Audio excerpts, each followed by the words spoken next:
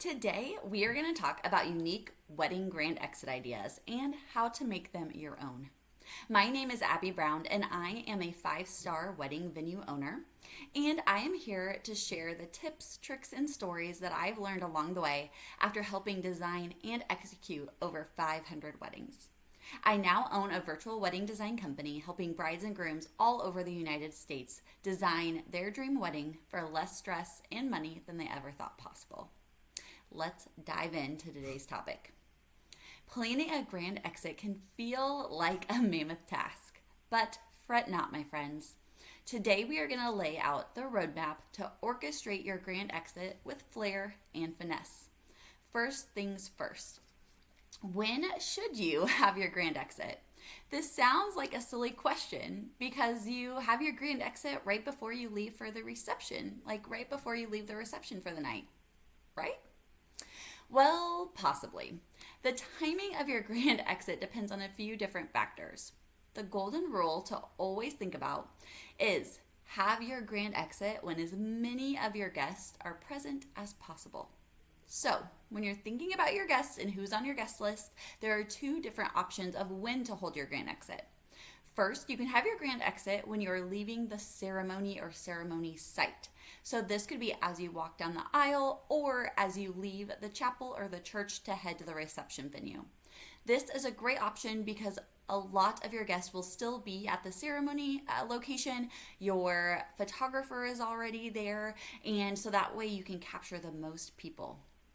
The second option is to have your grand exit after the reception concludes. This may be what you initially think of as your grand exit. The big tip here is to not have your reception go so late that your guests start leaving. You will lose over half of your guests after dinner, and you want to make sure that your exit feels full, not just for photos, but make it full so that way it feels sentimental when you're heading off for your grand exit. Now, what should you do for your grand exit? Sparklers, confetti cannons, or even a horse-drawn carriage. I would recommend that you choose props that align with your wedding theme and style. So if you are going super rustic, then having something super formal may not make sense for your grand exit. So you want to make sure that you tie all of those design elements together. You can search Pinterest and there are so many options. But I recommend being really cognizant and aware of the rules that are outlined by your venue. Many venues, counties, have different rules, such as not allowing for fireworks, that does include sparklers, or they may have strict rules on items that make a big mess and that are hard to clean up. And so just make sure that you think through that before buying 100, 200, 400 of an item, and then your venue actually doesn't even allow it. You'll also want to think through a plan A and B for your grand exit. Just as you would think for a ceremony, weather can affect your grand exit as well. So you want to make sure that you have different options for inside and outside for your grand exit. Also, you want to coordinate with your vendors. You want to make sure that all of your vendors know the plan so that your grand exit happens smoothly. First, you want to make sure that your venue approves of your grand exit plan. So if they have any restrictions, work with them on ideas that they have seen work in the past and gain their suggestions. I am not a big fan of the answer no.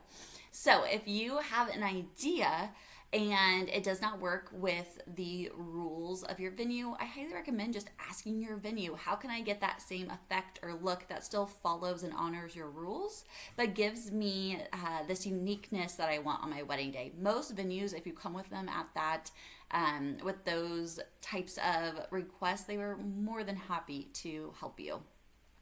You'll also want to coordinate the timing and announcements with your DJ.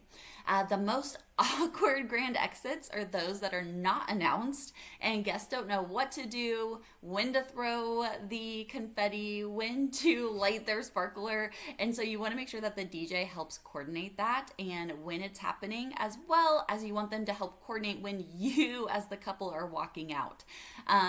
You don't want to be standing behind the doors waiting to know if you should or shouldn't walk out to be introduced by your guests. So make sure you coordinate that with your DJ.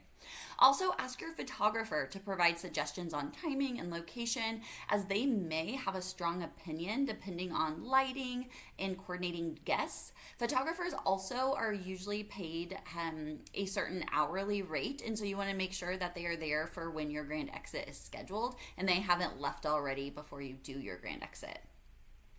Lastly, you'll want to ask a family member, a friend, or your wedding planner to hand out the props or coordinate getting the guest in line, getting the guest the props, making sure that you have a lighter for the fireworks or that you have a trash can after you have thrown confetti, so that way you can clean it all up.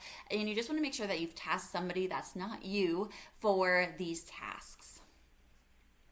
A grand wedding exit, remember, isn't just a grand finale.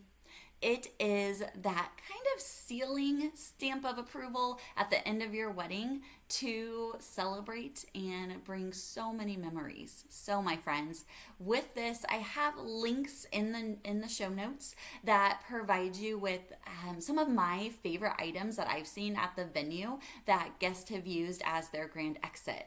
So cheers to stunning grand exit photos that will live on forever. Until next time, friends.